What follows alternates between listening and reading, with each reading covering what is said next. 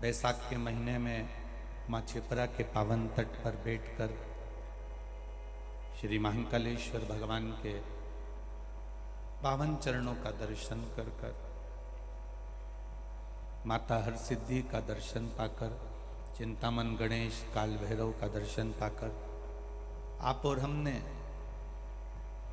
पावन शिव महापुराण की कथा का गुणगान बड़े आनंद के साथ श्रवण किया। एक गीत पूर्व में आप लोग गाते रहे हैं, खुशी खुशी कर दो विदा तुम्हारी बेटी राज, और महलों का राजा मिला।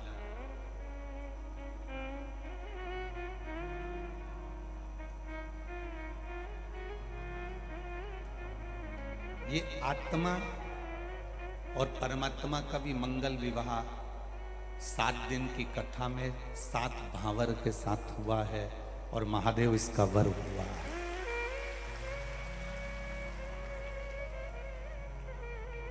वो महलों का राजा है कि नहीं ये नहीं मालूम, पर ये जरूर है कि वो महाकाल उज्जैन का राजा तो है, ये निश्चित।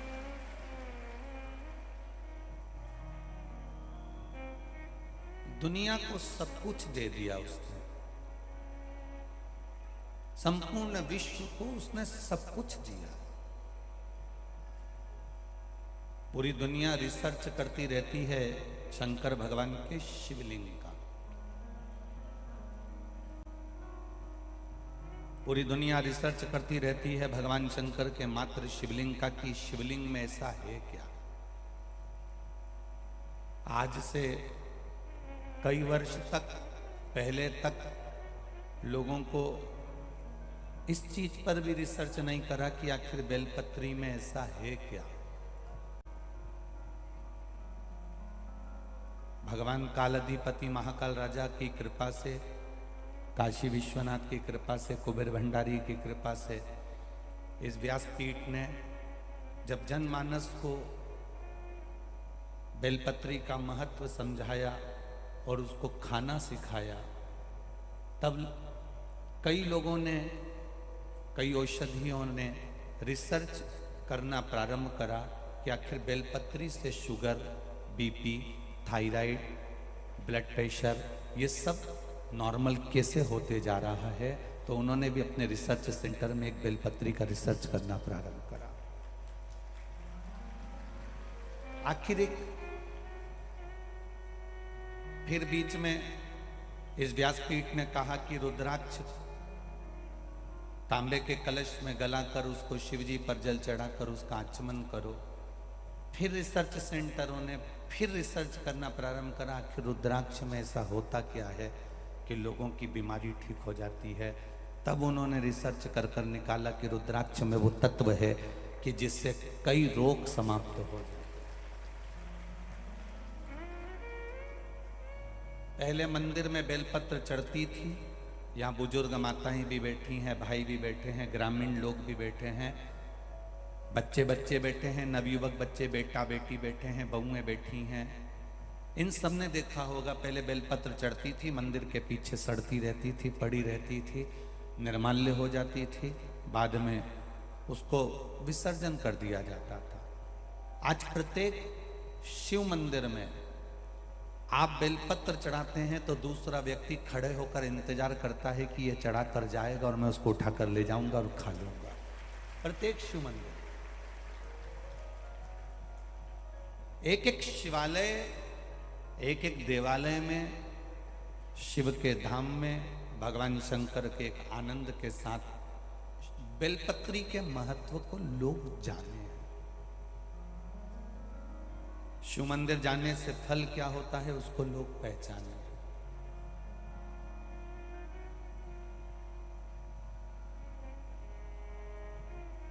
आज वो बच्चा अभी मिलकर गया जिसका हमने कल कथा में कहा था कि पलंग पर पड़ा रहता था, मुंह पे से राल टपकती रहती थी, विवेक काम नहीं करता था, शरीर शिथिल था। कहाँ है वो बेटा? गया कि है? ये नहीं, एक और, हाँ वो है।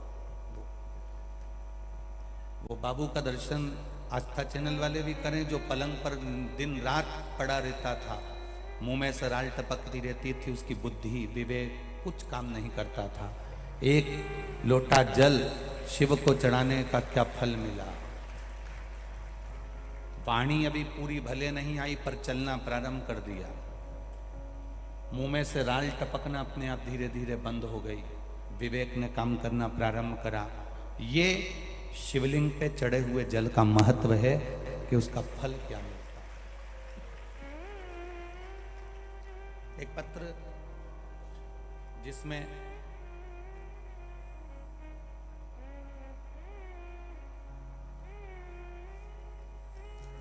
वर्णन किया है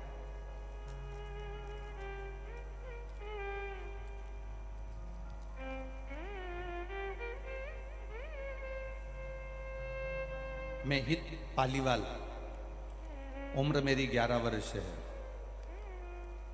हित पालीवाल, उम्र मेरी 11 वर्ष है। इस बच्चे को देखेंगे जो अभी ऊपर आया था, जिसको उठाकर लेकर आए थे।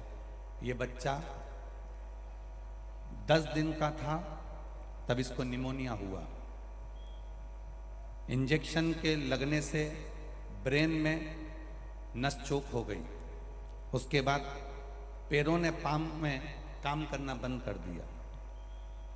इसका बहुत इलाज करवाया, फिर भी 2016 में इसका ऑपरेशन भी करवाया, फिर भी कोई फायदा नहीं हुआ। पलंग पर पड़ा रहता था क्योंकि पांव काम नहीं करते थे, ब्रेन काम नहीं करता था क्योंकि अंदर की नस फट चुकी थी। ऑपरेशन करवा दिया था, आराम नहीं था। 2022 से कथा सुनना प्रारंभ करी।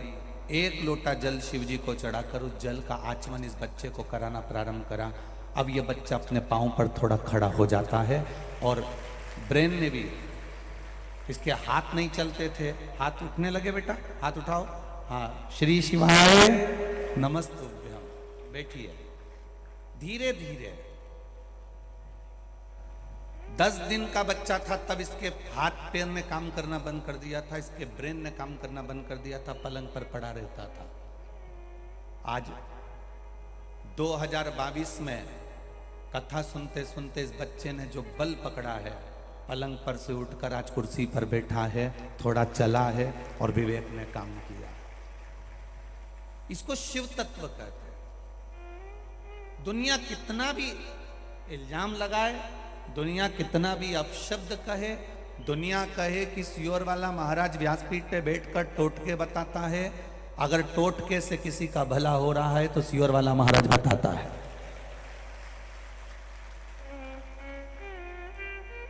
ये टोटका नहीं है। आपको बारंबार व्यासपीठ से कहते हैं शिव महापुराण की पुस्तक, शिव महापुराण गीता प्रेस गोरखपुर की घर में लेकर आकर पढ़ना। जितने शब्द इस व्यासपीठ से यहाँ से कहे जाएंगे, एक एक बेलपत्री, एक एक जल की महत्वता, एक एक चावल के दाने की महत्वता जो बताई जाएगी, वो व्यासपीठ से कभी भी मन से नहीं बताई जाएगी। इस पोथी या सारे पुराणों में से निकाल कर ही बताई जाएगी, अलग से नहीं बताया। उस महादेव की कृपा किसको कहते हैं, उसका भजन किसको कहते हैं, उसका स्मरण किसको कहते हैं।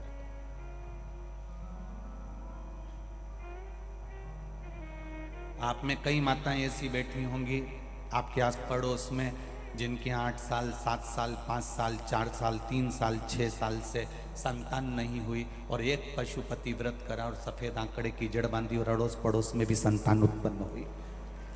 कई ऐसी बैठी होंगी। अगर अभी हम बोलें कि आपके आसपास के लोगों के यहाँ संतान इतने दिनों के बाद प्राप्त हुई कि नहीं हुई, आप खुद अपने दूसरों को बता दोगे कि पशुपति व्रत का फल क्या होता है। शिव को समर्पण, भगवान देवाधिदेव महादेव को तुम्हारा समर्पण चाहिए। जल चढ़ाना मतलब शिव के प्रति हमारा समर्पण हो जाना। जी, स्क्रीन चालू करवा। ये शिव है, ये ओघड़ी है। उस पर किया गया भरोसा, उस पर किया गया विश्वास खाली नहीं जा सकता। आप बाबा के दरवाजे पर आए हो, महाकाल राजा की चौखट पर आए हो, बस लाइन स्मरण में रखना, खुशी खुशी कर दो विदा, तुम्हारी बेटी राज करेगी। और महलों का राजा मिला, महलों का राजा हो रही है, 5-10 मिनट लग रहा है। महलों का राजा,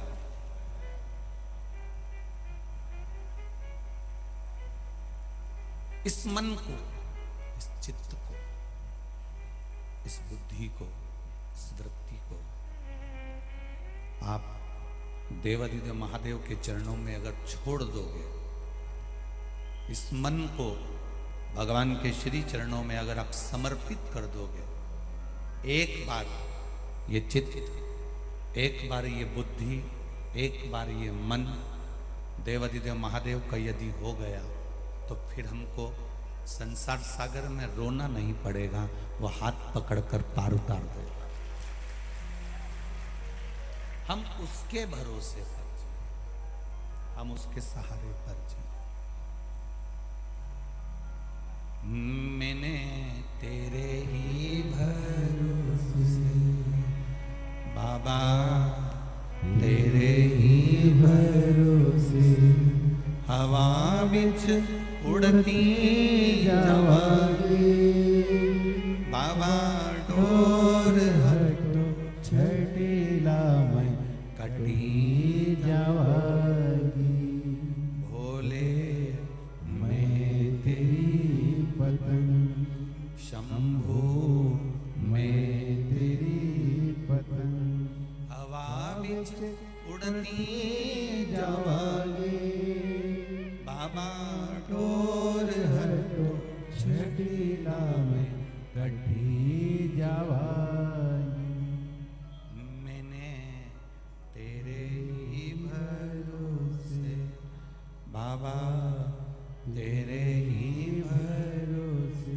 हवा बिच उड़ती जावागी, बाबा डोर हटो छटीला में कटी जावागी। हम उसके सहारे पर जिए, हम उसके भरोसे पर जिए, तो वो हमको साधता है।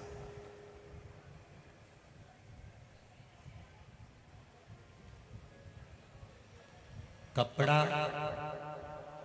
बदल लेना सरल है, पर कर्म बदलना कठिन है।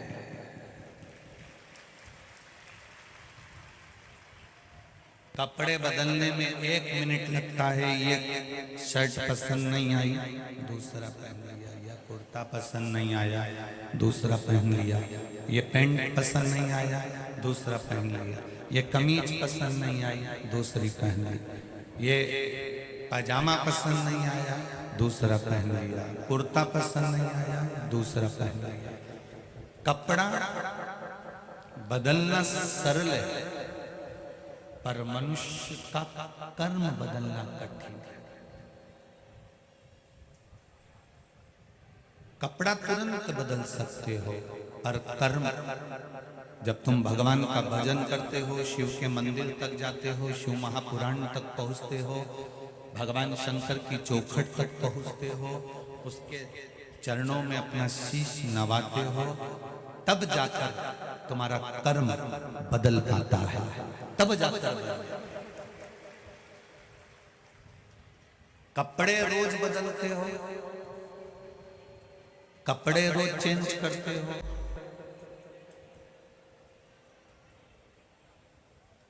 कपड़ा रोज बदलते हो, कोई कोई 2 दिन में बदलता है, कोई कोई हफ्ते में बदलता है, कोई कोई 10 दिन में बदलता है। कपड़े रोज बदलते हो, कपड़ा हफ्ते भर में, 3 दिन में, 5 दिन में, 7 दिन में बदलते हो। तो शिव महापुराण की कथा कहती है, कर्म बदलने के लिए भी परमात्मा की चौखट को ढूंढना। कपड़े बदलना होता है तो अलमारी खोलना पड़ती है, और कर्म बदलना होता है तो मन, बुद्धि और चित्त खोलना होता है। परमात्मा की चौखट।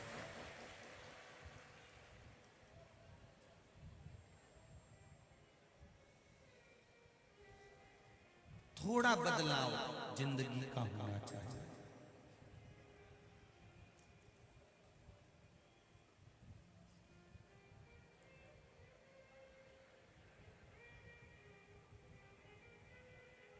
ये 4 जगह ऐसी है जहां पर यदि आपका अपमान हो जाए तो समझ लेना कि भगवान की कृपा हुई है। 4 जगह शिव महापुराण की कथा में तारकासुर के 3 बेटे तारकाक्ष, विदुम्माली और कमलाक्ष की कथा कह रही है। शिव महापुराण की कथा कह रही है। शिव महापुराण की कथा जो वेदव्यास जी ने वर्णन करी है, 4 स्थान ऐसे हैं जहां पर यदि आपका अपमान हो जाए तो समझ लेना कि भगवान ने तुम पर कृपा करी। 4 स्थान। पहले नंबर का, माता, घर की माँ अगर तुम्हारा अपमान कर दे, अपशब्द कह दे, ताने दे दे, गाली दे दे, आड़ा टेढ़ा बोलकर तुम्हारा अपमान कर दे, तो समझ लेना कुछ परमात्मा की कृपा हुई है, तेरा भाग्य चमकने वाला। दूसरे नंबर पर पिता, घर का पिता अगर आपका मान लो किसी भी रूप में अपमान कर देते हैं या शब्द कह देते हैं या आड़ा टेढ़ा देते हैं तो बुरा नहीं मानना। पिता किसी पुत्र का यदि अपमान कर देता है, अपने पुत्र का यदि शब्द कह भी देता है तो बेटे का भाग्य बदल देता है पिता के अपमान से। तीसरा, शिक्षक, गुरु। जिस गुरु की दृष्टि में कपट ना हो, छल ना हो, बेईमानी ना हो, वो गुरु अगर अपमान भी कर देता है, तुमको शब्द अपशब्द कह भी देता है, तो वो तुम्हारी किस्मत को बदल देता है। स्वयं गुरु द्रोणाचार्य का चरित्र पढ़ना, जिस गुरु ने कितना कितना कहा और बेटे वो शिष्य उसका जीवन पलट गया। चौथे नंबर का, शिव महापुराण की कथा में गए हो, शंकर की चौखट पर गए हो, मंदिर में गए हो, देवालय में गए हो, तुम बहुत ऊंचे पद पर क्यों ना हो और वहां पर भी अगर कोई तुम्हें धक्का मार दे या शब्द कह दे या कुछ तुम्हारा अपमान कर दे तो समझ लेना परमात्मा ने तेरे को अच्छा चुनकर उन्नति की ओर बढ़ाया। शिव महापुराण में 4 स्थान बताए हैं जहां पर यदि आपका अपमान हो जाए, आपको अपशब्द कह दिया जाए, ताने दे दिए जाए, आड़ा टेढ़ा भी कह दिया जाए, तो समझ लेना कि कुछ हमारा पुण्य उदय हुआ होगा, इसलिए परमात्मा ने ये लीला रची है। सम्मान दुनिया देती है। सम्मान कौन देता है? जम के बोलो जरा। दुनिया देती है। घर के लोग सम्मान देंगे, परिवार वाले सम्मान देंगे, रिश्तेदार सम्मान देंगे, कुटुंब वाले सम्मान देंगे, समाज वाले सम्मान देंगे। अच्छा काम करोगे तो दुनिया के लोग सम्मान देंगे। सम्मान दुनिया के लोग देते हैं और अपमान मेरा महादेव देता है खुद जान। क्यों देता है? प्रसंग तुम्हारे भीतर भी एक प्रश्न जागृत होना चाहिए कि महादेव अपमान क्यों देता है, उसका कारण क्या है? क्या कारण?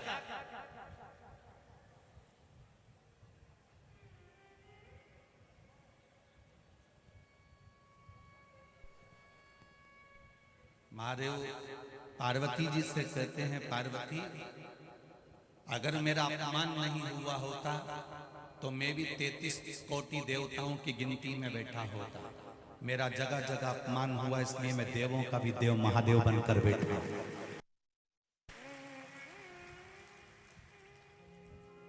कई लोग अपमानजनक शब्द कह देते, तेरे से कुछ नहीं हो सकता, चल निकल यहां से बाहर, निकल जा यहां से।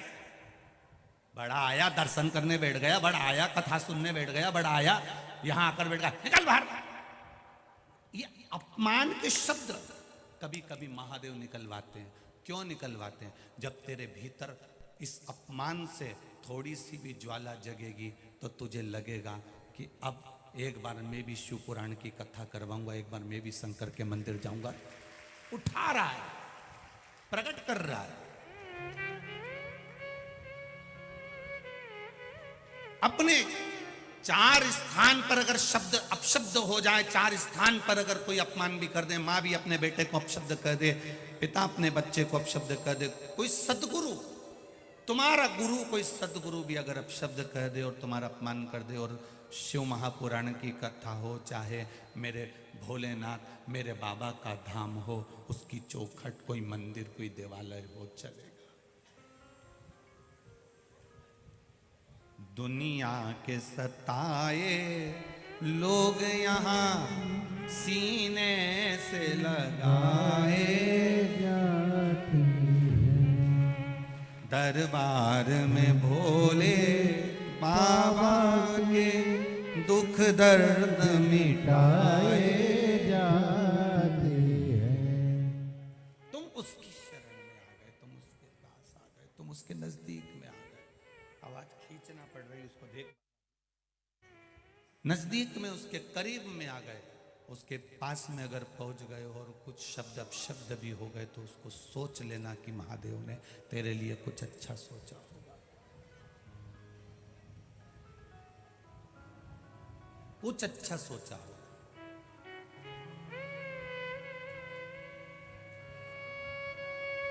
सारी दुनिया में लाइन से दर्शन होते हैं,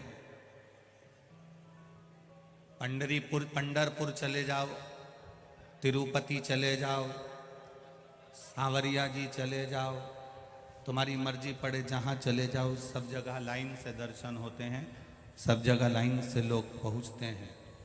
एक उज्जैन का महाकाल और एक नाथद्वारा का श्री जी बाबा बिना लाइन के दर्शन देता है, धक्के में निकाल देता है। दोनों से पूछा गया, नाथद्वारा के श्री जी बाबा से भी पूछा गया और उज्जैन के महाकाल से भी पूछा गया कि तुम्हारे दरवाजे पर भक्त दर्शन करने आता है, धक्का खाकर जाता है, आपको बुरा नहीं लगता? देवाधिदेव महादेव ने और नाथद्वारा के श्री जी बाबा ने कहा, जो मेरे दरवाजे का धक्का खा लेता है फिर वो दुनिया के धक्के नहीं खा पाता। जो मेरी चौखट का धक्का खा गया, जो मेरे दरवाजे का धक्का खा गया, जो मेरे द्वार का धक्का खा गया, वो दुनिया में फिर कहीं का धक्का नहीं खाता। क्या मिलता है इन माताओं को, क्या मिलता है इन भाइयों को जो पोटला बांध बांध कर कम्बल, चादर, और अब तो और चतुर हो गए, एक चादर एक्स्ट्रा लेकर चलते हैं कि पंडाल में जगह मिल गई तो ठीक, नहीं तो बाहर कहीं तंबू लगाकर अपने ही तंबू में बैठ जाएंगे। क्या मिलता है इनको यहां आने पर? क्या प्राप्त होता है शिव महापुराण की कथा में पहुंचने पर? ये जितने बैठे हैं किसी के घर में खाने की कमी नहीं है, ये जितने बैठे हैं किसी के घर में कूलर और पंखे की कमी नहीं है, ये जितने बैठे हैं किसी के घर में राजसी ठाठ की कमी नहीं है। सबके घर भोजन है, सबके घर जमीन है, सबका प्लाट है, सबका मकान है, सबकी जमीन जायदाद घर, सबके आभूषण भी है, सबके घर में मोबाइल भी है, एक नहीं तीन तीन चार चार है, सबके घर में सब सुख है। उसके बाद भी पंडाल में पड़े हुए हैं और पड़े रहकर उस महादेव का भजन कीर्तन स्मरण कर रहे हैं, उसकी चौखट का स्मरण कर, कोई कमी नहीं, किसी तरह की कोई कमी नहीं है आपके यहां, परंतु फिर भी आप बैठे कर रहे हो भजन, और उस भजन का जो बल है, उसका जो स्मरण है, वो आपको प्राप्त हो रहा है।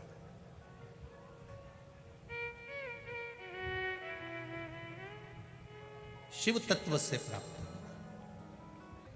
तारकासुर के 3 बेटे तारकाक्ष, विदुन्माली और कमलाक्ष की इन तीनों की कथा को शिव पुराण में जरूर पढ़ना। उसमें 4 अपमान की जगह बताई गई, जहां पर मिल जाए तो समझ लेना कि तुम्हारा भाग्य चमकने वाला है, तुम्हारी किस्मत पर बल होने वाला है।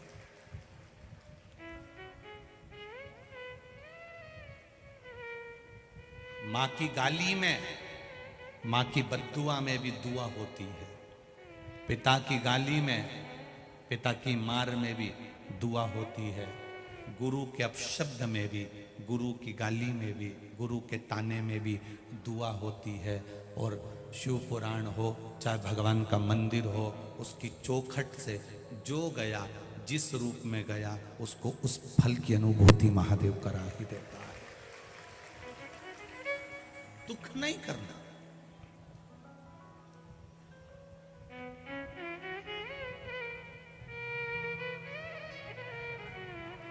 अवंतिकापुरी की धरा में अगर कथा हो रही है, अवंतिकापुरी की चौखट पर, महाकाल राजा की भूमि पर, माँ छिपरा के तट पर, माँ हरसिद्धि की गोद में अगर ये शिव पुराण की कथा हो रही है, तो इसको कराने वाला मेरा जो काल अधिपति है, हरसिद्धि माता, चिंतामन गणेश, काल भैरव, छिपरा मैया जो करा रही है, उनने क्या दिया आपको, ये आप जान सकते हैं। भजन का जो बल है वो बढ़ना चाहिए। महाराज, कपड़ा कितनी बार बदल लोगे, पर कर्म तुमको खुद बदलना पड़ेगा, और वो भगवान के द्वार से बदला जा सकता है। तारकासुर के 3 बेटे, तारकाक्ष, विदुम्माली और कमलाक्ष की तीनों, पिता के जाने के बाद इनके मन में थोड़ा सा ये भाव जागृत हो गया कि हमको युद्ध करना है। पर इन तीनों के भीतर विचार उत्पन्न हुआ। हमारे बीच में मंत्री महोदय पधारे हैं, बहुत बहुत साधुवाद। साथ में महापौर जी भी आए हुए हैं।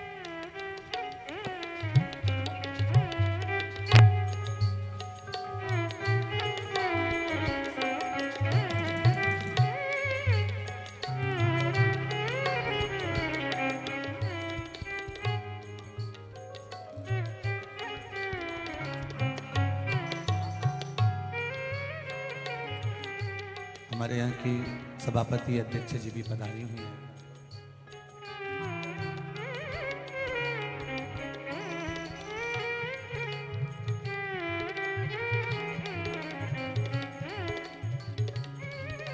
भक्ति, विश्वास, दृढ़ता, भरोसा जितना जितना प्रबल होगा, उतना उतना आनंद की अनुभूति।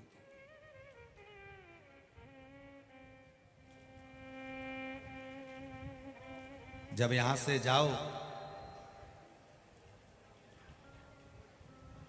उज्जैनी से जब जाओ, अवंतिकापुरी से जब जाओ, तो बाबा से विनती कर कर जाना, दादा अब मैं यहां से जा रही हूं, तेरे भरोसे पर जा रही हूं।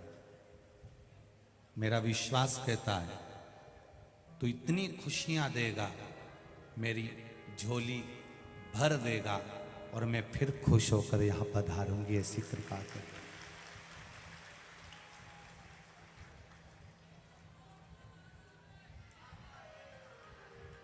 आप उससे कहकर जाना, समापन है, विराम है, विदाई है।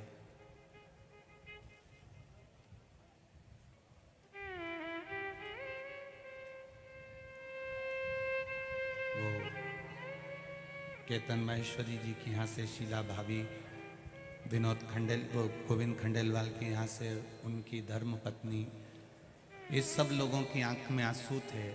रात को जब चर्चा हो रही थी, बात हो रही थी, गुरुजी इतने सालों के बाद योग लगा, फिर वापिस वो विदाई का क्षण आ जाता है, फिर जाते हैं। हम इतना सा जरूर कहना चाहेंगे कि उज्जैनी की, अवंतिकापुरी की यादें इस हृदय में अटल विश्वास के साथ धरोहर बनकर जा रही है। अटल धरोहर। विश्वास नहीं था हमको, हम क्या कहें आपको। लोग कह रहे थे तीर्थ में कथा होती है ना, तो लोग अच्छा सहयोग नहीं करते हैं, पर अवंतिकापुरी उज्जैनी ने दिल लूट लिया कि सब सहयोग करते हैं। कहा तीर्थ की कथा है, कौन क्या करेगा, सपोर्ट करेगा, सहयोग करेगा। सीहोर से जब समिति चली थी, 6 गाड़ियां भरकर, बड़े बड़े ट्रक भर भर कर भोजन का सामान लेकर यहाँ पर पहुंची थी। और सीहोर आश्रम पर खबर कर दी थी कि 3 ट्रक सामान और संभाल के रखना, फिर वो बुलवा लेंगे। पर वो 3 ट्रक को लाने की जरूरत नहीं पड़ी, पूरी उज्जैनी ने संभाल, पूरी उज्जैनी।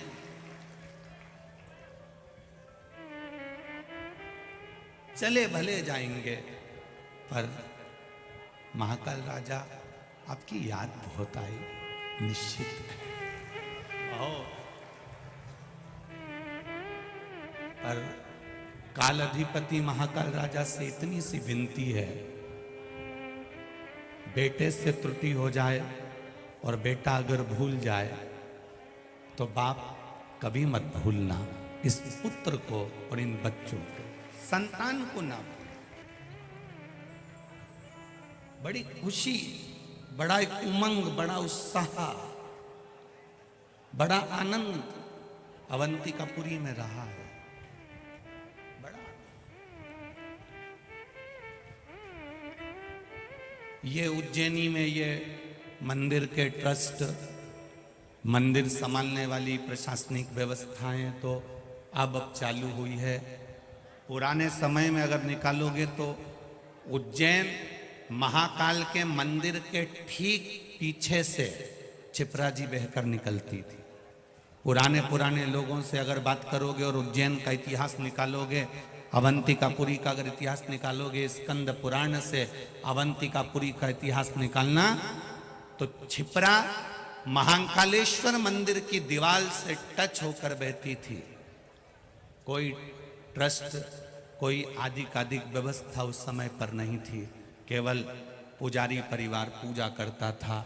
बहुत दूर से लोग आते थे, पुजारी परिवार के घर में जाकर रुकते थे और पुजारी परिवार की माता उनको भोजन बनाकर खिलाती थी।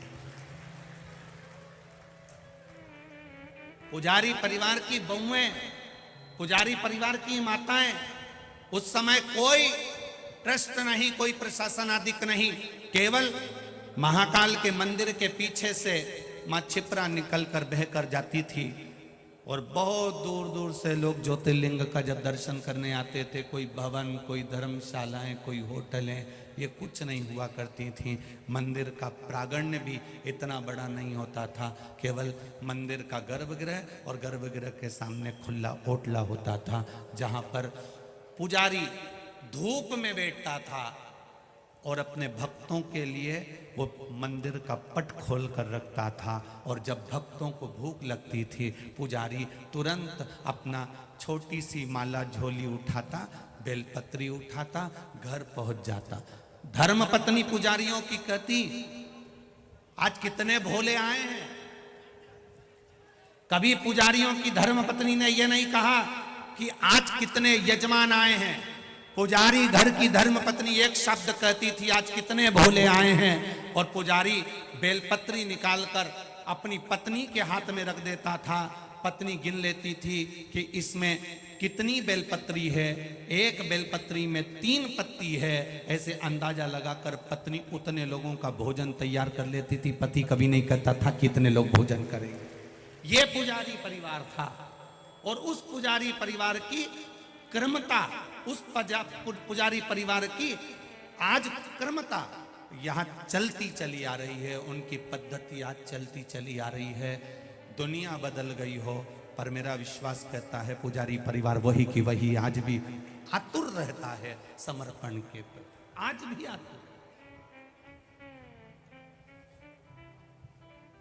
आज भी कई पुजारियों के घर पर कोई भगत आ गया, चलो भोले भोजन करना, चलो भोले प्रसाद पाओ, चलो भोले भजन कर। ये तक संत महात्मा हमारे बीच में पधारे हैं। आदरणीय जैन साहब भी पधारे हैं। बहुत बहुत साधुवाद। ये तत्व है हमारे भीतर। एक भजन का बल बढ़े, एक भक्ति बढ़े, एक विश्वास तुम्हारे भीतर दृढ़ होता चले, ये शिव पुराण कहते हैं। बहुत बहुत भजन करने वाले जब आप आगे बढ़ोगे, रोज रोज शिव मंदिर जाना चालू कर दोगे, रोज एक लोटा जल चढ़ाना चालू कर दोगे, अपने दिल की बात दुनिया से नहीं कहोगे, महादेव से कहना चालू कर दोगे, तो फिर बीच में कोई आएगा, वो कहेगा क्यों मंदिर जा रहे हो, क्यों जल चढ़ा रहे हो, कुछ नहीं होता, कुछ नहीं होगा। लोग आड़ा टेढ़ा भी कहेंगे, अपशब्द भी कहेंगे कि जिसने शिव पुराण को जाना ही नहीं है वो शंकर के लिए कुछ भी कह सकता है, कुछ भी। पर किसी की बात पर विश्वास करने से पहले मेरी जीजियों से निवेदन है, मेरे जीजाओं से निवेदन है, किसी की बात पर विश्वास करने से पहले कोई तुमसे कहे कि शंकर जी पर चढ़ा हुआ पानी नहीं पीना चाहिए, कोई के शिवलिंग का स्पर्श नहीं करना चाहिए, कोई के शंकर जी को चढ़ा प्रसाद नहीं खाना चाहिए, किसी की बात पर विश्वास करने से पहले एक बार इस व्यासपीठ पर विश्वास करना और शिव महापुराण अपने घर पर लाकर पढ़ना कि लिखा कि नहीं। कहने वाला कुछ भी कह देगा तो क्या मान लोगे? कहने वाला तुमसे कह दे कि तुम्हारा पिता ऐसा है, कहने वाला तुमसे कह दे तुम्हारी माता ऐसा है। एक बात याद रखना, घर में लाया हुआ जहर केवल जो लेकर आया है जहर को खाने के लिए, घर पर लाया गया जहर एक व्यक्ति को मारता है और कानों में घुला हुआ जहर ना जाने कितनों को समाप्त कर देता है, ना जाने कितनों को। बड़ी बड़ी पीठ पर बैठकर, बड़े बड़े आसन पर बैठकर लोग कह देते हैं शंकर जी को जल मत चढ़ाओ, शंकर जी को पानी मत पियो, शंकर जी का प्रसाद मत खाओ, शंकर जी के शिवलिंग का स्पर्श मत करो। पर वो सोच नहीं पाते हैं कि तुम कह रहे हो कि पीने वाला स्वान बन जाएगा, ये बन जाएगा, पर ये तो सोचो कि जो महादेव से दूर हटा देगा तो वो कौन सी योनि में चला जाएगा, उसका भी तो स्मरण रखिए। हमारा सनातन धर्म जोड़ने का काम करता है, हमारा सनातन धर्म भगवान के करीब में जाने का कार्य करता है। आज छोटी छोटी संस्थाएं 24 घंटे लगी है, मंदिर में हनुमान चालीसा करिए, छोटी छोटी संस्थाएं लगी हैं, कहीं रामायण का पाठ करिए, छोटी छोटी संस्थाएं लगी हैं कि सब एकजुट होकर चलें। और कभी कभी विषमता कोई जीव बो देता है कि आप मंदिर से दूर हट जाओ, भगवान से दूर हट जाओ। पियो, क्या होता है शंकर पर चढ़े हुए जल का केवल आचमन कर लेने से? शिव महापुराण विद्येश्वर संहिता पेज नंबर 75 एक एक शब्द कहता है कि शिव पर चढ़ा हुआ मात्र आचमन कर लेने से। और कौन सा ऐसा धर्म है जो शिव से छूटा हुआ? कौन सा ऐसा धर्म है जो शंकर से छूटा हुआ है? एक एक धर्म को उठाकर देखिएगा, एक एक संप्रदाय को, एक एक समाज को उठाकर देखिएगा, कोई शिव से दूर नहीं है। क्या था पहले? राम जी का स्वरूप आया राम अवतार के बाद, भगवान कृष्ण के मंदिर आए कृष्ण अवतार के बाद, अन्य देवताओं के जितने भी मंदिर थे ये सब राम अवतार कृष्ण अवतार के बाद आए हैं। पहले भूमंडल पर, पृथ्वी पर था क्या? क्या था पृथ्वी पर? केवल एक शिवलिंग की पूजन दुनिया पूरा विश्व करता था, और देश नहीं विदेश भी करता था। केवल एक शिवलिंग की पूजन, उसके सिवा कुछ नहीं। पूरी भारत की भूमि को क्या, पूरे विश्व की भूमि को खोद कर देखना, कोई मूर्ति निकले ना निकले पर एक शिवलिंग जरूर निकलेगा, ये निश्चित है। पूरी भारत की भूमि को, पूरे विश्व की भूमि को खोदिए, उसमें से शिवालय जरूर निकलेगा, क्योंकि कुछ नहीं था तब शिव था, और अंत भी शिव है और शुरुआत भी शिव है। जब सब समाप्त हो जाता है तब भी कुछ नहीं बचता, आखिरी में शिव ही बचता है और कुछ नहीं बचता। अंतिम शिव है तो शुरुआत शिव।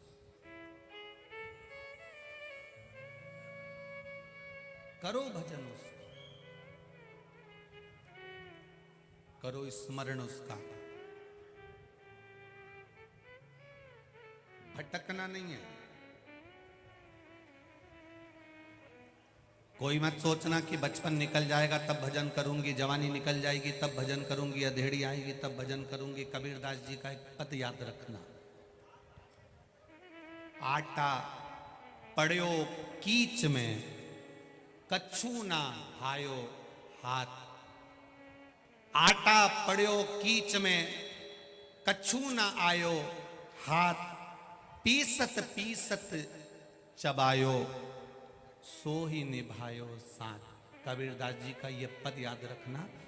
दो बहन आटा पीस रही थी, गेहूं पीस रही थी, और दोनों बहन गेहूं पीस रही थी, और एक बहन उसमें से खाती जा रही थी और दूसरी उसको बोलती जा रही है, काम करते करते कोई खाता है क्या? खाना नहीं।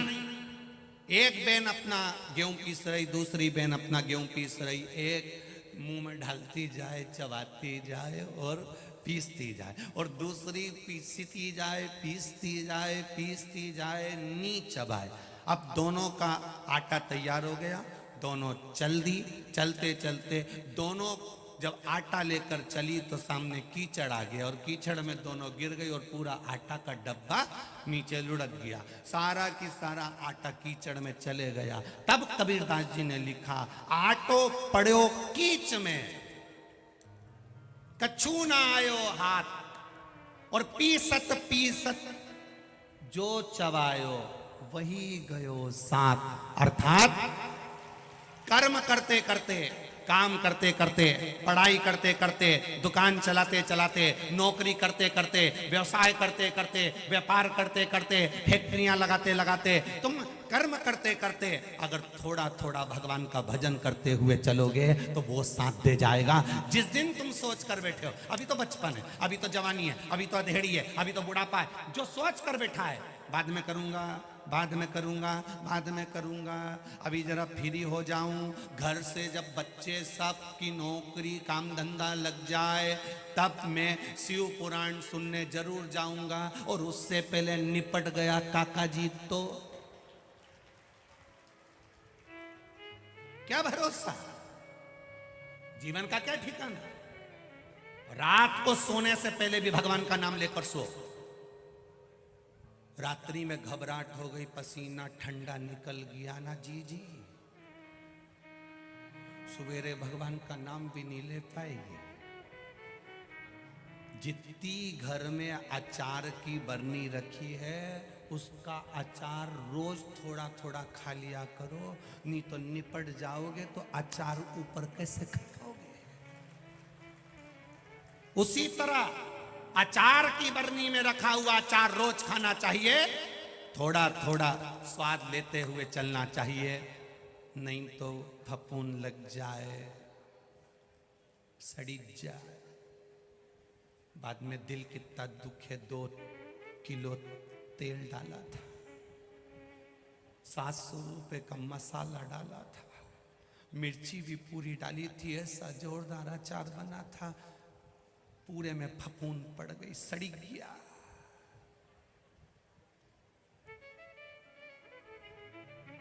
कितना खर्च करा, छत गड़बड़ हो गई तो छत सुधरवा ली, खिड़कियां बेकार हो गई, किसी किसी की तो पूरी चौखट उखड़ गई पूरी। कितना खर्च करा, रोज एक से बढ़कर एक साबुन 10-10, 20-20, 50-50 रुपए का कितना खर्च करा अचार की बरनी पे, कितना। और एक दिन अचार सड़ी गया, फफूंद।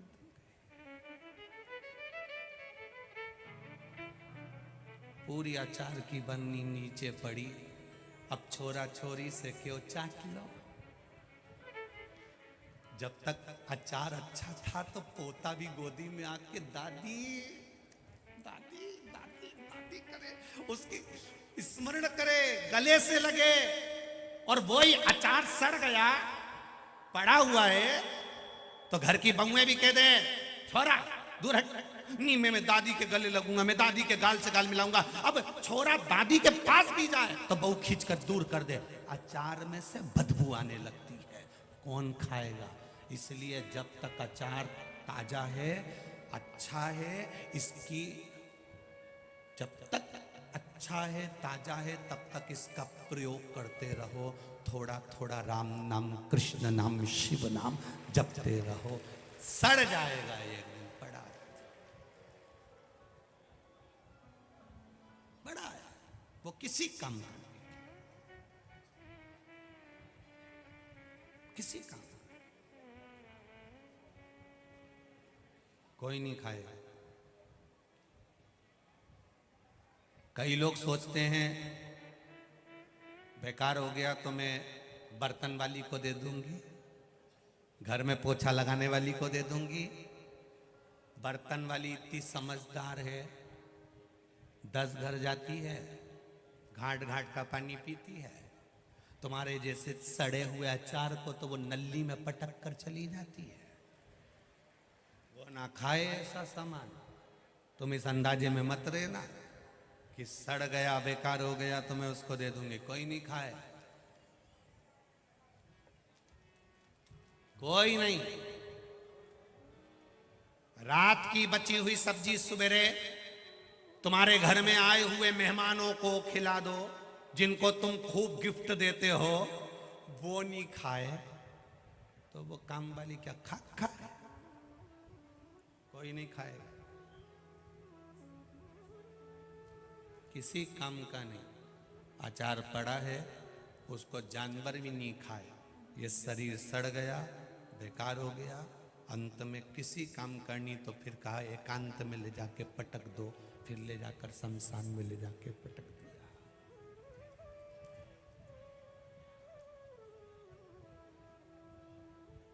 कोई नहीं आएगा। तब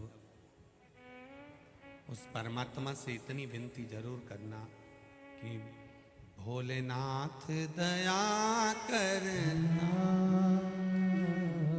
मैं तेरे भरोसे हूँ। मेरे बाबा दया करना, मैं तेरे भरोसे हूँ। मैं तेरे भरोसे हूँ, मैं तेरे भरोसे हूँ, मैं तेरे भरोसे हूँ, मैं तेरे भरोसे हूँ। मेरे बाबा दया करना,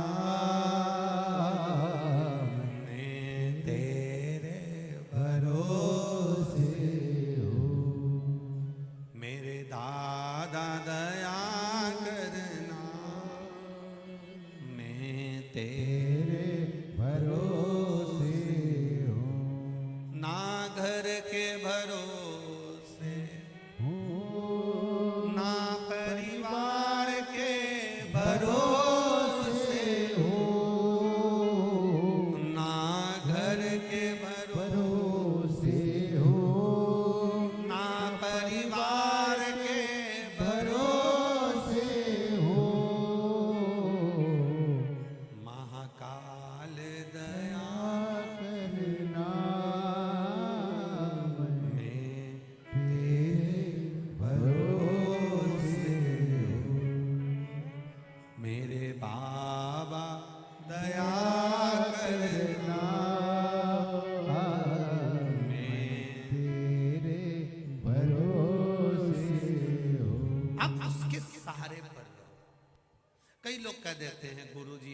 गुस्सा बहुत आता है, गुरुजी ये चिड़चिड़ बहुत करे, गुरुजी ये बहुत बोले, गुरुजी मेरी बहू बहुत गुस्सा करे, वो कहे मेरी सास बहुत गुस्सा करे। हम भगवत भजन में जब रमोगे तो ये क्रोध, चिड़चिड़ प्रवृत्ति, शब्द अपशब्द सब चला जाए।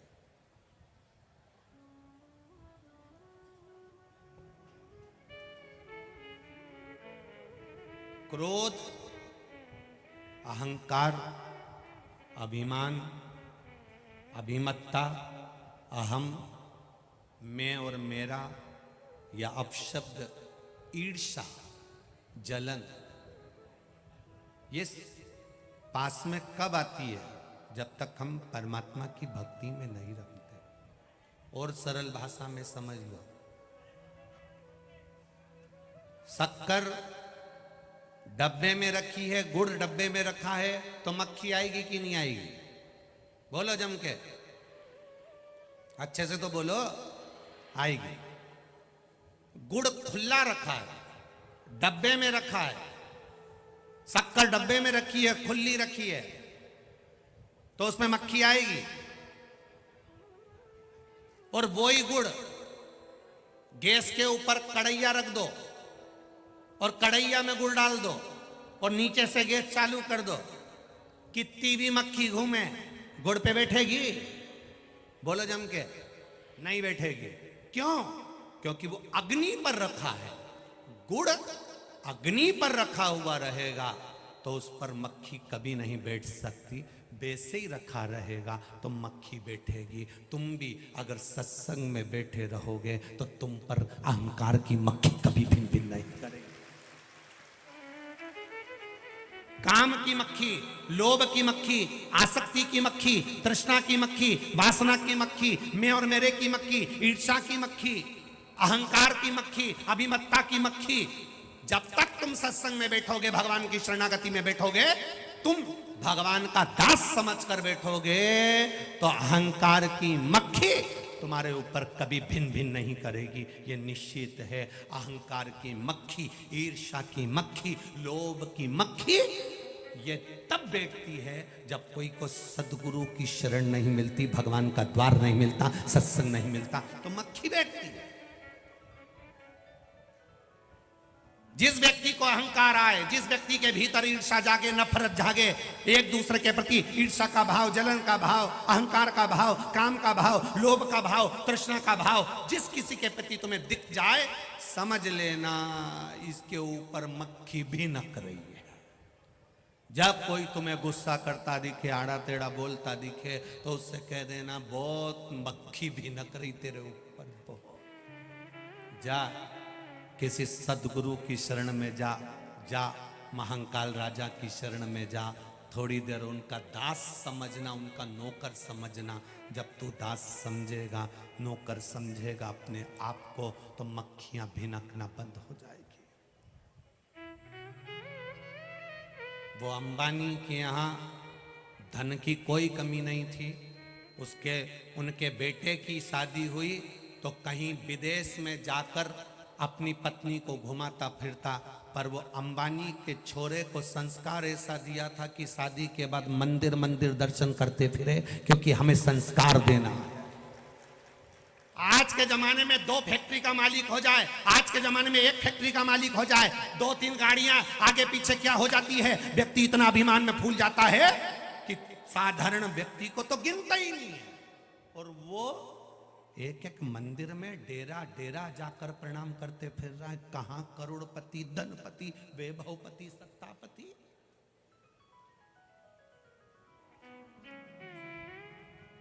कहां वैभव, कहां सत्ता, कहां दौलत।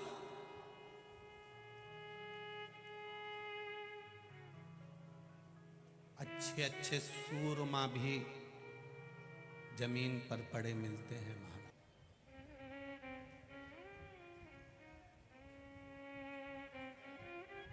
किसी मंदिर में जाकर दिया लगाने से बड़ा है उस मंदिर में कपड़ा साथ में कमर में खोस कर लेकर जा, और उस कपड़े से पूरा मंदिर साफ कर कर, उसी कपड़े को, जिस मंदिर को तू साफ कर कर आई है, उस कपड़े को अपने घर पर लाकर धोकर अपने घर पर एक बार छीट कर उसी कपड़े को बाहर सूखने डाल दे। कल फिर ले जा, ना जाने कितने शिव भक्तों के चरण की धूल तेरे घर में आ जाएगी।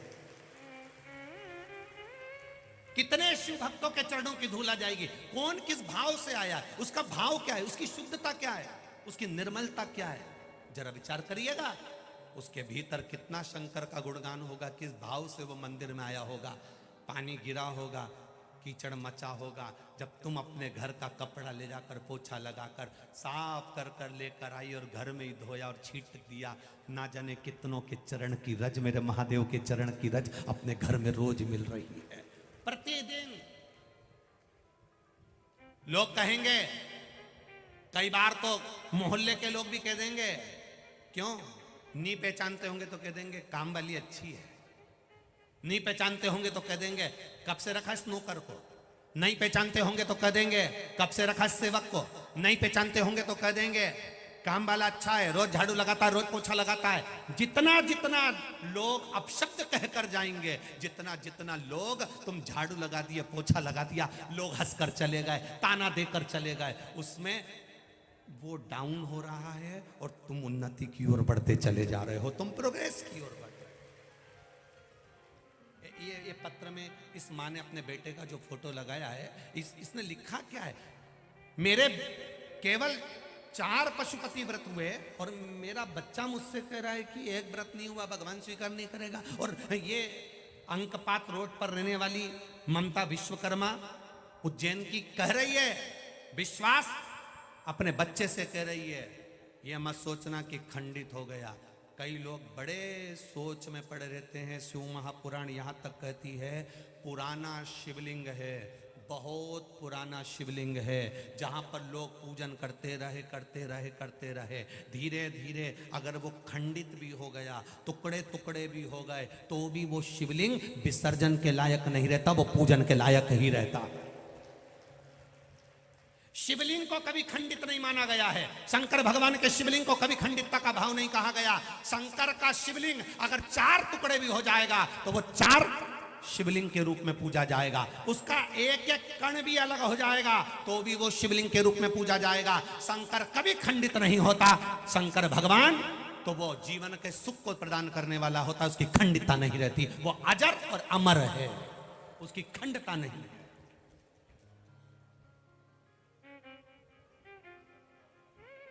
झारखंड में,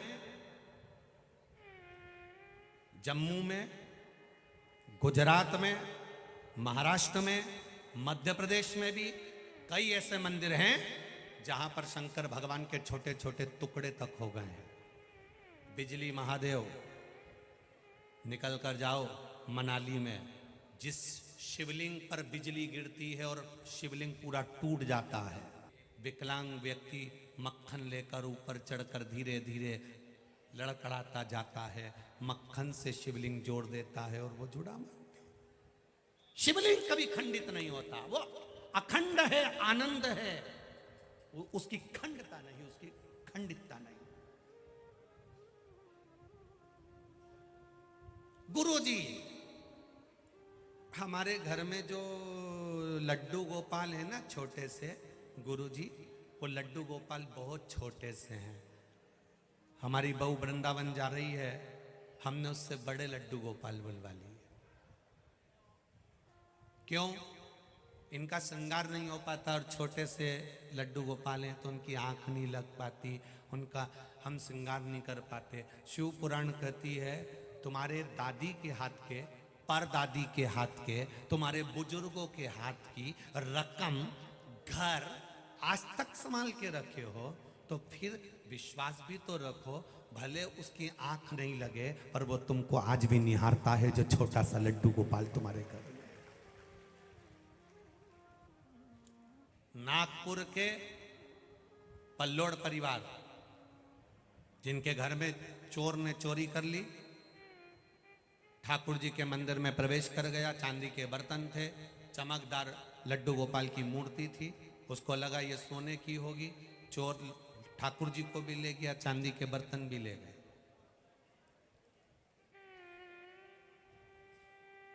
कल्लोड़ परिवार सो रहा है, नागपुर का, जिनकी कपड़े की दुकान है, सो रहा है। चोरी हो गई, भगवान भी चले गए। बाहर निकले, चोर ने मूर्ति को पत्थर से दोच कर देखा होगा कि सोने की कैसी है, तो मुख उनका दुच गया, मूर्ति का मुख दुच गया। उसने मूर्ति वहीं पटक दी, चांदी की रकम सामान लेकर, बर्तन लेकर चला गया। इनको आवाज आई, बाहर निकले तो भगवान पड़े थे, भगवान को लिया। खबर आई, गुरुजी भगवान की मूर्ति पूरी अच्छी है, पर जो नाक थी वो दुचा गई तो पूरी चपटी हो गई और पूरा चेहरा चपटा हो गया। अब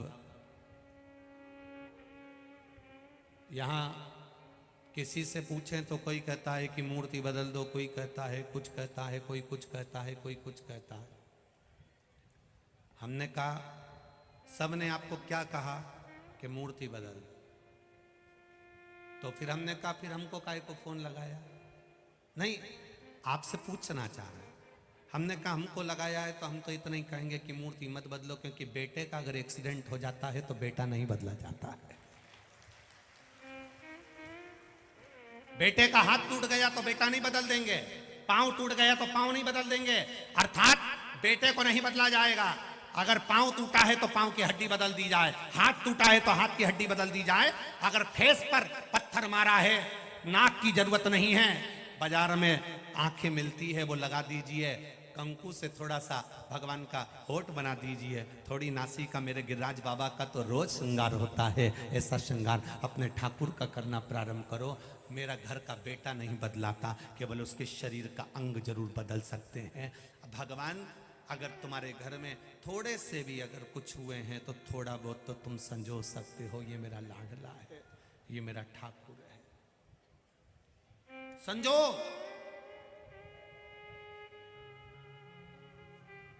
फोटो फट गया, ले जाकर पीपल के वृक्ष के नीचे रख दिया। दीपावली पे जिस लक्ष्मी जी की पूजन करी उसको ले जाकर पीपल के वृक्ष के नीचे रख दिया।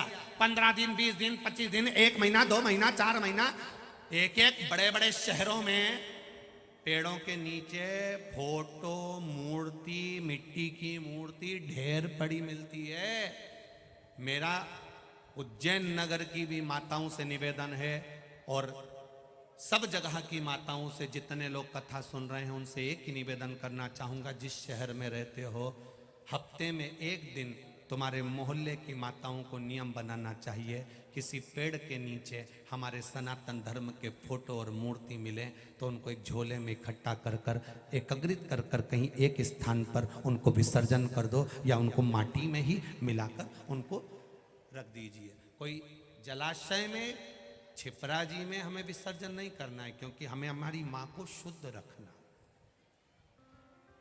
सोमती अमावस्या पे इतने लोग स्नान करने आते हैं, माँ छिपरा के तट पर अपने अपने कपड़े छोड़कर चले जाते हैं।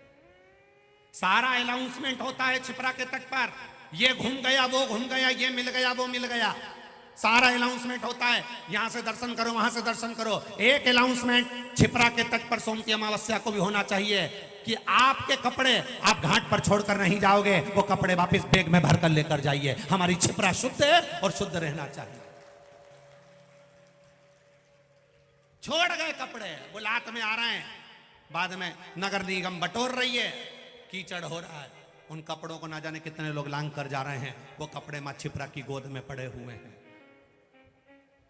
दीपदान का महत्व स्कंद पुराण के कार्तिक खंड को पढ़िएगा। दीपदान का क्या महत्व है? दिया पुश्ते में रखकर, डब्बे में रखकर, कार्तिक के महीने में मां छिपरा के जल में छोड़ने से मां छिपरा कभी प्रसन्न नहीं होगी। तुम्हारी सास बैठी है और तुम उसके दिया उसके सिर पे धर के जला के धर दे, थोड़ी देर में हवा चली, डब्बा जल गया, डब्बा जला, मां छिपरा का जल, मां छिपरा चीख रही है, मैं जल रही हूं, मैं जल रही हूं, और तुम खुश हो रहे हो, मेरा दिया बहकर इतनी दूर जा रहा है। दीपदान का महत्व स्कंद पुराण कहती है कि दीपदान घाट पर करा जाता है, पानी के अंदर नहीं। गंगा, यमुना, सरयू, छिपरा, इनको शुद्ध रखिए, इनको भी तकलीफ होती है। इनको भी कष्ट होता है। तुम एक तरफ तो कहते हो छिपरा माँ है, चुनरी चढ़ा रहे हो, यमुना माँ है, चुनरी चढ़ा रहे हो, गंगा माँ है, चुनरी चढ़ा रहे हो, और ऊपर से उसी माँ में दिया छोड़कर दिए में आग लगती है, वो पुष्टा वो दोना जलता है, तो माँ को भी तो आंच लगती है। एक तरफ तुम माँ कह रहे हो, दूसरी तरफ से आग लगा रहे हो। कहाँ की रीति है तुम्हारी? और बाद में कहते हो सीहोर वाला महाराज बहुत आड़ी टेढ़ी बोलता है। ये कहां की रीति है तुम्हारी? इसको प्रियता नहीं कह सकते, इसको हमारी आनंदता नहीं कह सकते। बस यही बदलाव हमारे जीवन में आए। मेरा अवंतिकापुरी की जो भजन मंडली वाली माताएं हैं, जिनके 5-10 माताओं की भजन मंडली बनी हुई है, या पूरे विश्व के लोग इस कथा को सुन रहे हैं, आपके मोहल्ले में जितनी भजन करने वाली मेरी जीजियां हैं, मेरी माँ हैं, उनसे इस शिव महापुराण का अगर कुछ दक्षिणा मांगूं तो यही मांगूंगा कि आपके क्षेत्र में पेड़ के नीचे अगर सनातन धर्म की कोई मूर्ति या फोटो रखे हैं तो उनको हफ्ते में एक बार जाकर उठाकर कहीं एक तरफ ले जाकर उनको ठंडा कर दीजिए। उनको किसी पेड़ के नीचे खड्डा खोद कर उसको डाल दीजिए, जिससे उसी में दब जाए। पर हमारे देवताओं का अपमान ना हो, उनका सम्मान हो। प्रत्येक स्थान पर भगवत भजन करने वाली माताएं, मेरा विश्वास कहता है वो जरूर करेंगी, जरूर। कहीं मेरा विश्वास झूठा नहीं जा सकता, मेरा विश्वास पक्का कहता है कि वो यहाँ से सीख कर जाएंगी। अगर पेड़ के नीचे कोई मूर्ति या फोटो किसी ने रख दिया है, मिट्टी की मूर्ति है, लक्ष्मी जी पूछ कर रख देते हैं, देवी गणगौर पूजी पटक के आ गए, रख कर आ गए, इनको नहीं, इनको उठाकर हमें एक ओर ले जाकर रखना, हंसी ना उड़े। करो भजन महादेव की नगरी से शुरुआत। निर्माल्य मंदिर मंदिर घर घर इकट्ठा हो जाता है, उस निर्माल्य को लोग ले जाकर छिपरा जी में फेंक देते हैं, पवित्र नदियों में डाल देते हैं। अपने नगर में, अपनी कॉलोनी में, अपनी विधानसभा में, अपने क्षेत्र में एक गाड़ी अगर कचरे की घूमती है तो एक गाड़ी निर्माल्य को लेने वाली भी घूमना चाहिए, जिसमें आपके घर की बेल पत्र भभूति पूजन का सामान ये छिपरा में नहीं जाए, पवित्र नदी में ना जाए, एक गाड़ी में भराए और भराने के बाद किसी के खेत में उसको खाद बनने के लिए डाल दो। जब वो खाद बनेगी तो खेत में भी ऊर्जा बढ़ेगी, उसके लिए एक सुख प्राप्त हो। और इसकी शुरुआत हम भी हमारे सीहोर नगर से करते हैं। हम भी विठलेश सेवा समिति द्वारा सीहोर में निर्माल्य विसर्जन की एक गाड़ी हम भी एक सी बनवाएंगे, जिसमें हफ्ते में एक बार गाड़ी पूरे सीहोर में घूमेगी और उनके घर में बेल पत्ती, फूल पत्ती, धूप, भस्म, जो भी तुम्हारे यहाँ निर्माल्य की चीज है, ठंडी करने वाली चीज है, वो गाड़ी में भराएगी और कुबेरेश्वर धाम पर, जहां पर गौशाला का सुंदर आगे निर्माण हो रहा है, उस भूमि पर लाकर डालेगी। हम और जितने नवयुवक बच्चे, जितने नवयुवक बेटा बेटियां इस कथा को सुन रहे हैं, उनसे भी प्रार्थना करना चाहूंगा, विनती करना चाहूंगा, आप भी अपने नगर में, अपने गांव में पुरानी गाड़ी जो पड़ी हो, उस गाड़ी में एक भजन लगा दो, श्री शिवाय नमस्तुभ्यम। जब ये आवाज लोगों के कानों में जाएगी तो वो भी अपने घर का पुराना निर्माल्य, पुरानी मूर्ति, जो उनके काम की चीज नहीं हो, भगवान का कोई सामान, कोई भभूति, कोई माला, कोई फूल पत्ती, वो भी आपकी गाड़ी में ले जाकर डाल देंगे। आवाज आना चाहिए, श्री शिवाय नमस्तुभ्यम। एक एक छोटा छोटा बक्सा लगा दो, उसमें से उनके कानों में आवाज जाएगी। जैसे सुबह कचरे की गाड़ी आती है, कचरा वाला आया, कचरा उठाओ, वैसे तुम्हारी एक आवाज जाना चाहिए पूरे जगह जगह, श्री शिवाय नमस्ते। मेरा विश्वास कहता है, चलाओ, नदियां पवित्र हो जाएगी, शुद्ध हो जाएगी। क्योंकि घर में से कोई ना कोई जाता है, पन्नी बांध के ले जाता है, छिपरा जी में कोड़ देता है, कोई ना कोई लेकर जाएगा। हम कहां जा रहे हैं? विसर्जन करने जा रहे हैं। विसर्जन करी आया, नवरात्रि आई, विसर्जन करी आया, जय दे आया, विसर्जन करी आया, सारी विसर्जन की सामग्री हफ्ते में एक बार गाड़ी चलाओ। और मेरा उज्जैन वासियों से भी निवेदन है, कोई करे ना करे पर नवयुवक बच्चे बेटे बेटी हैं, अपनी एक टीम तैयार करें। और वो भी करोगे ना बेटा? हाँ, तो दोनों हाथ उठाकर हर हर महादेव, बहुत जरूरी है।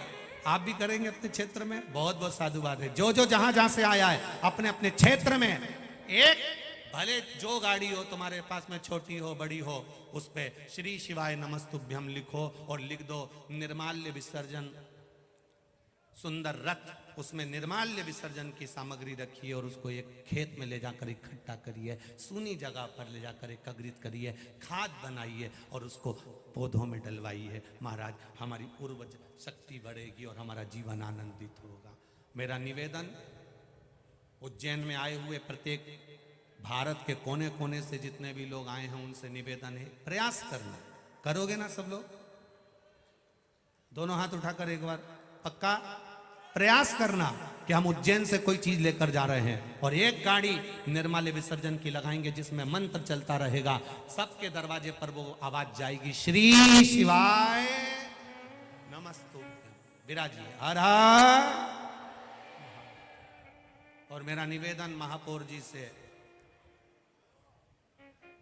और यहाँ पर नागदा के विधायक जी भी विराजमान हैं, उनसे भी कहूँगा, मंत्री जी भी बैठे हैं और विधानसभा से विधायक जी भी बैठे हैं, इनसे भी निवेदन, एक प्रयास आप लोगों की तरफ से भी होना चाहिए कि हमारी नदियाँ शुद्ध हों, पवित्र हों, उसमें कोई विसर्जन का सामान ना जाए। तो एक निर्माल्य की गाड़ी अवश्य चलाएं, हर हर।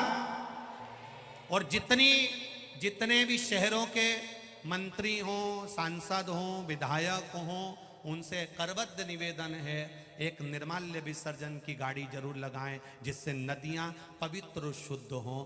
जो जो गाड़ी चलाएंगे उनका फोटो अगर समिति के पास आएगा तो आगामी कथाओं में आस्था चैनल पर 50 बार उनका फोटो, उनकी गाड़ी दिखाई जाएगी और साथ में उनका सम्मान भी किया जाएगा। हम अलग से बिटले सेवा समिति द्वारा एक बड़ा सा पुरस्कार बनवाते हैं जिसको निर्माल्य की गाड़ी जो चला रहा है, नदियों को शुद्ध करने के लिए, बावड़ी तालाब कुओं को पवित्र करने के लिए, उसके लिए पहल आपको और हमको करना पड़ेगी शिव महापुराण के माध्यम से।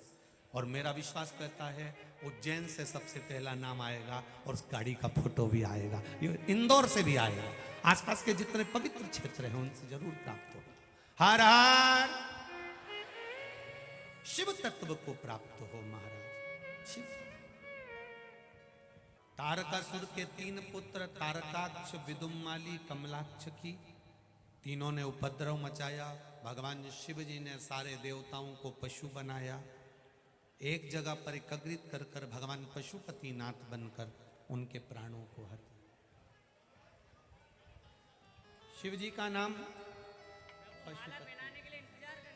पशुपतिनाथ, उनका नाम पड़ गया।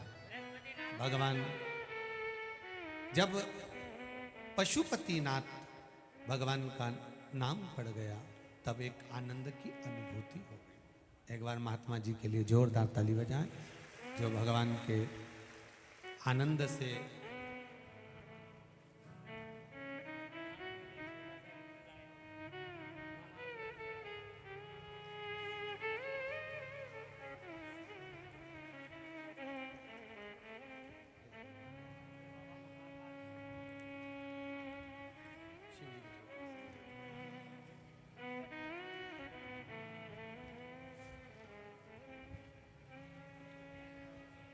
भगवान शिव का एक आनंद स्वरूप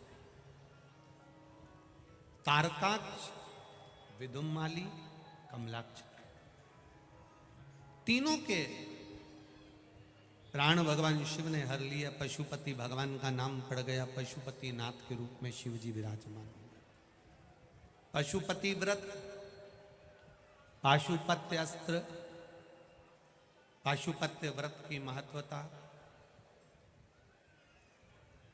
शिव महापुराण की कथा कहती है 5 सोमवार पशुपति व्रत होता है। सुबह के समय पर भगवान शिव का अभिषेक पूजन करना, मंदिर में जाकर उसी थाली को वापिस रख लेना पूजन की, उसी थाली में शाम को प्रसाद मीठे का लेकर जाना और कितने दिए? जम के बोलो। 6 दिए लेकर जाना, 6 दिए भूमि पर रखना, 5 दिए प्रज्वलित करना, प्रसाद के 3 हिस्से कर कर 2 हिस्से मंदिर में रखना, 1 हिस्सा और बिना जो प्रज्वलित दिया है, बिना जला दिया है, वापिस थाली में रख लेना। पूजन कर कर बाबा से विनती कर कर दिल की बात देवाधिदेव महादेव से कहकर आ जाना। घर में प्रवेश करने से पहले सीधे हाथ की ओर, जो आपका राइट हैंड हो, घर में प्रवेश करते हैं, उसके बाहर घर की ओर मुख कर कर 6ठे नंबर का दिया वहां पर प्रज्वलित कर देना और बाबा से अपने हृदय की बात कह देना।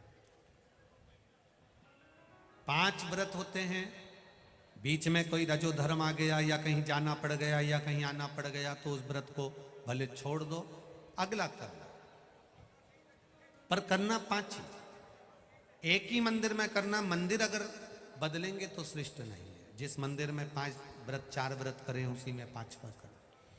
जब 5वां व्रत रहे वैसा की वैसा ही पूजन करें। 5वें व्रत के दिन भी एक श्रीफल, कुछ भेंट देवाधिदेव महादेव को समर्पित करने के लिए।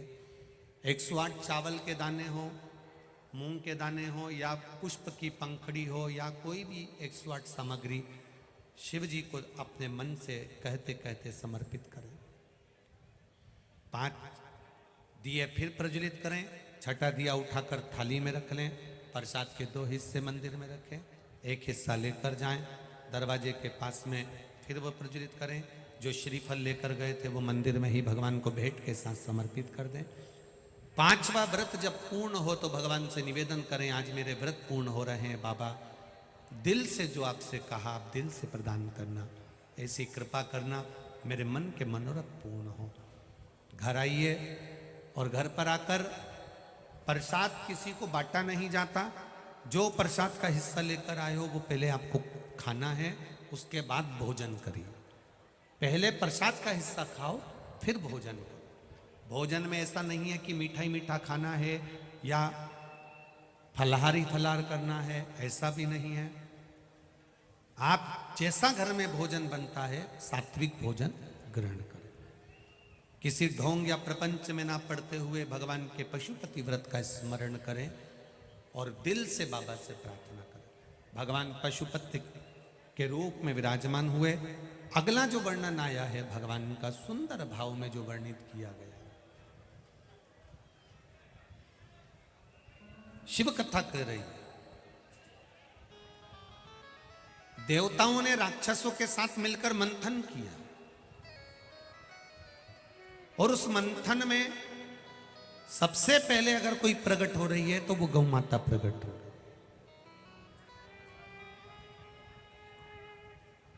गाय के प्रागट्य की जरूरत थी क्योंकि शिवजी के सम्मुख में जब विष पहुंचेगा, देवाधिदेव महादेव जब विष पिएंगे उनके कंठ में जलन होगी। उस कंठ जलन को अगर कोई रोक सकता है तो गौमाता का दूध रोक सकता है। गौमाता का दूध कंठ की जलन को रोक सकता है।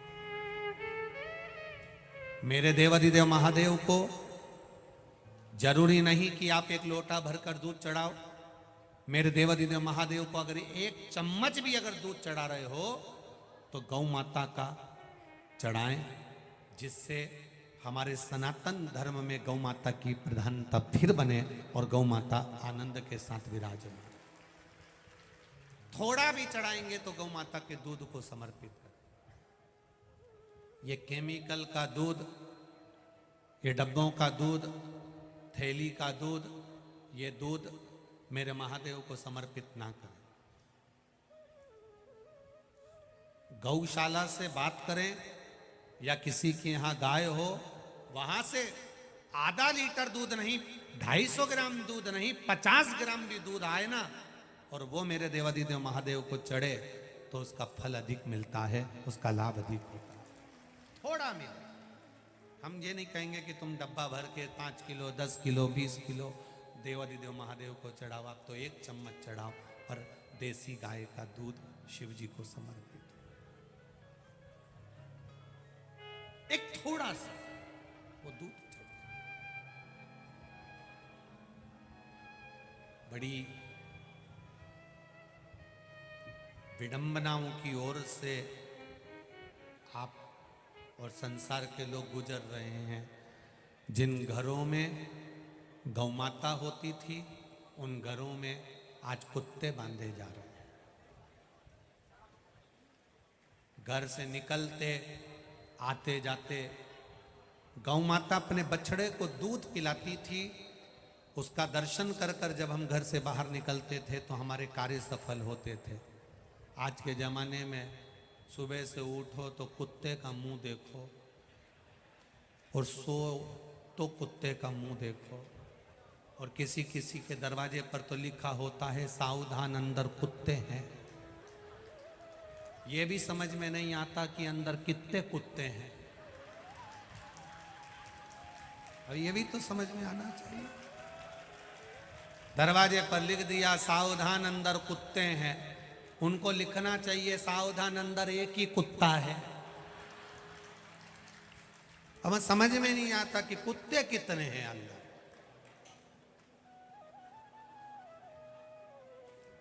समझने वाली बात रखो, हम मना नहीं करेंगे, पर तुम्हारे घर की सुरक्षा के लिए रखो। घर की सुरक्षा के साथ में घर के आंगन में, घर के दरवाजे के सामने, जिस दरवाजे से तुम निकल कर जाते हो उसके सम्मुख में गौ माता का एक आनंद सुख भी होना चाहिए। गाय की खुर की रजमस्तक चढ़े तो जीवन कृतार्थ हो जाए। रखो।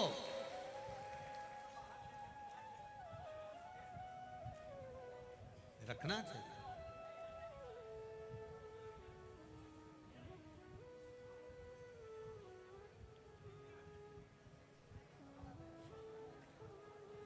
ये एक जीवन का सुख है, ये एक जीवन का एक आनंद है।